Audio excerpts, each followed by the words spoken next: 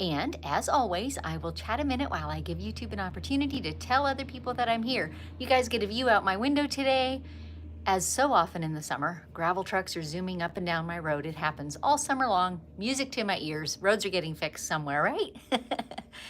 I've got this fun little quilt loaded today with Tula Pink's line work fabrics. It's got the panda fabric featured. Isn't it just a sweetheart? So much fun to be working on this one, doing an edge-to-edge design. Let's see, people are still waiting to come in. So what should we chat about today? Well, today's topic is going to be my top 3 tips for gaining precision control at your long arm quilting machine. So there we go. People are starting to come in. Fantastic. Some days it takes quite a few seconds for YouTube to sort of get the word out that I am actually here live. Okay, so once again, I'm Susan Smith. You're in my studio, Stitched by Susan. This is my long arm Stella right behind me. Stella is a Bernina Q24. Denise tuning in, great. Good, good, good. Barbara, rainy Texas. Oh gosh, I've got a gorgeous sunny day today, and you're seeing me in my casuals because as soon as I go off air, Mr. Producer and I are going for a bike ride. It's beautiful, beautiful here today, and we want to get out before it gets hot. Okay, so today's topic is my top 3 tips for gaining precision control at your long arm machine. You've probably heard some of these before. Number 1 especially, I bet you've heard before, slow down. This comes from working at quilt shows for Bernina and seeing a lot of people come through the booth that I don't know, but seeing dozens and dozens of people walk up to the machine and start quilting. Very, very frequently, the tendency, sometimes in total newbies and sometimes in experienced quilters, but the tendency is to zoom, zoom, zoom with the quilting machine, particularly with curves, to do these great swinging curves and hope that it'll end up smooth in the end, right? I'm a proponent for always being in actual control of the machine. So move at a pace that you can move smoothly and evenly, and over time, that will build your control. I kind of liken this to way back in the day when I was learning typing in high school.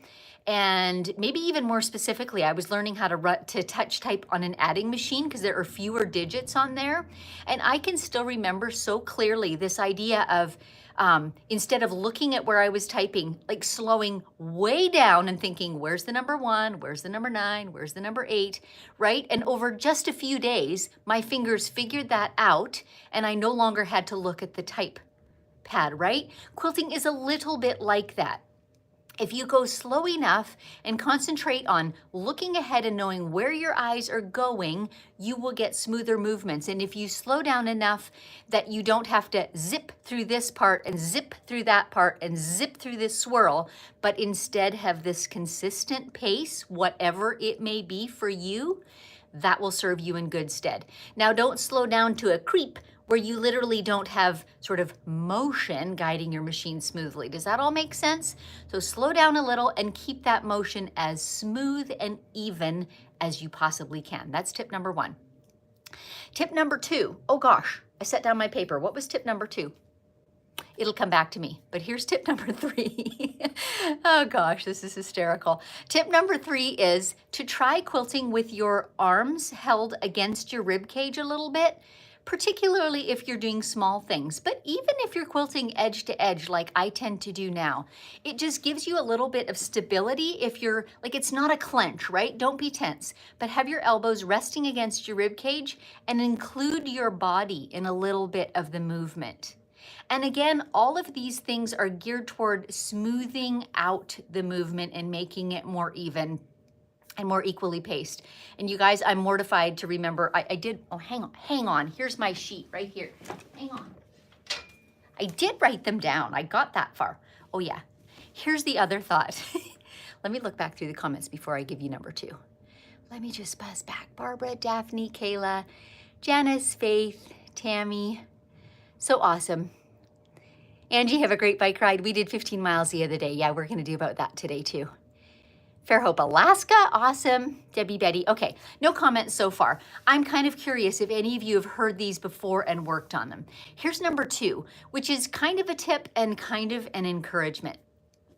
My experience with edge-to-edge quilting designs, right, doing the same thing over a whole quilt is, if I am focused and intentional about every shape that I'm creating. In other words, I'm not just winging those swirls out there, right? I'm making them as round and smooth as I can.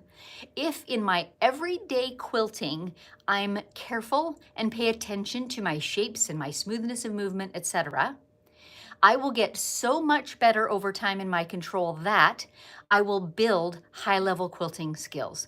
It feels like, especially on Instagram and social media and things like that, we see a lot of people's most gorgeous, jaw-dropping quilting, right?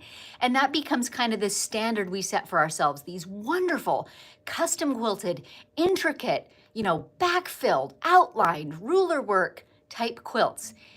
But typically, most quilters, or at least me, I don't do that type of quilting every day. That's kind of a special thing.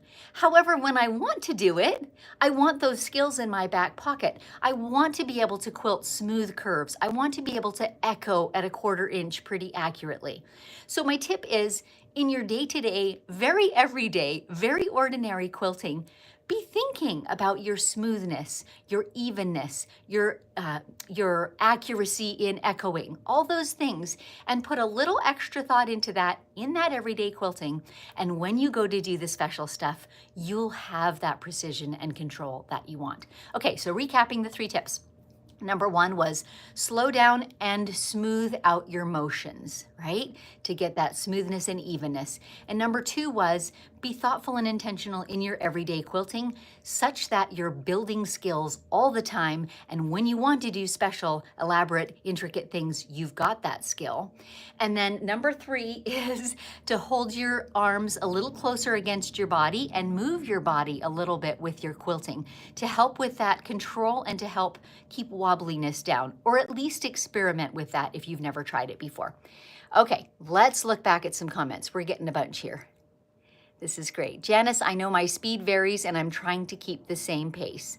Another day I'll talk about using unregulated or constant mode on your machine to help you work on your pace. But meantime, even if you're using a stitch regulator, a kind of good gauge for that is to listen to the sound of your machine, and it should sound fairly constant. You're not looking for perfection here, but it should not have extreme zooms and slowdowns.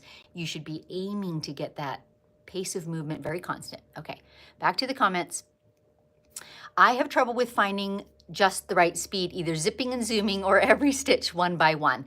Really, it does come with practice. But again, if you're thinking about that when you're quilting, every time you quilt, it's going to get a little bit better, right? Where you think, where you focus your attention, that's where you're going to improve and get better. I promise.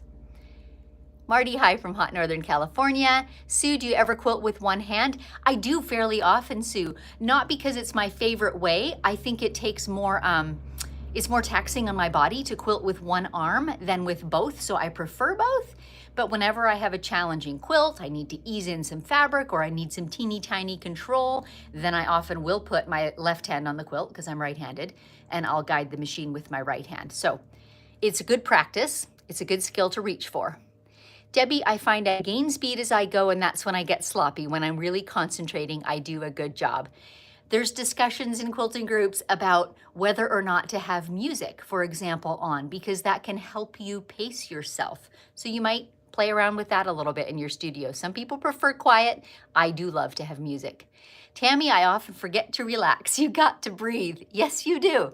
And sometimes music is helpful for that too. Like sometimes you almost quilt better when a tiny fraction of your mind is like you're not only thinking about quilting, you're kind of getting into a zone and relaxing, and that can be helpful too. Jackie, cold here in Victoria, Australia. Now, what does cold mean to you? And of course, you're coming into winter, so it may be cold. Yeah, we're just coming into summer, and it's a beautiful thing. Barbara, I did complete my first long arm quilt. Yay! I'm so happy for you. Loaded my next one. Good for you. I'm so glad you're diving in. Okay, you guys, time to get off to a bike ride. Yeah, we're gonna try and put in 15 or 20 miles today before it gets super duper hot. And it's gonna be a beautiful thing. Thanks for joining me. Remember that I am coming live every day, Monday through Saturday, all this week, all of next week, and there are still slots available in my free workshop that's coming up. There's one more event on Saturday and on Sunday. Same material, you can just pick your time slot. You can sign up for that if you haven't already by simply going to my website, stitchedbysusan.com. There's a banner at the top and it's called Stitch Confident. Hope to see you there, and thanks so much for joining me. I will catch up with you tomorrow.